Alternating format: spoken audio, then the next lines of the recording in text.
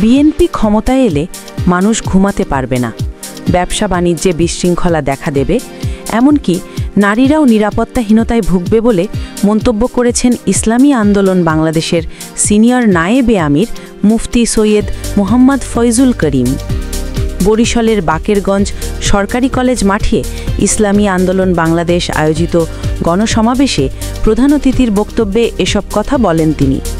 প্রয়োজনীয় রাষ্ট্র সংস্কার, জুলাই সনদ বাস্তবায়ন এবং সংখ্যানুপাতিক পিআর পদ্ধতিতে জাতীয় নির্বাচনের দাবিতে এ সমাবেশের আয়োজন করা হয়।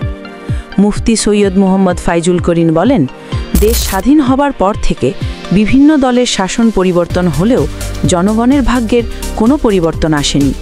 আওয়ামী লীগ, বিএনপি বা অন্য কোনো দল প্রকৃত অর্থে জনগণের কল্যাণ করতে পারেনি। নীতি ও আদর্শ ছাড়া শুধু দল, দেশ কিংবা নেতার পরিবর্তনে দেশে শান্তি আসবে না। তিনি বলেন, পিআর পদ্ধতি ও বৈষম্য নিরসনের উদ্যোগ না নিলে, গণহত্যার বিচার না হলে প্রকৃত ন্যায় বিচার প্রতিষ্ঠিত হবে না।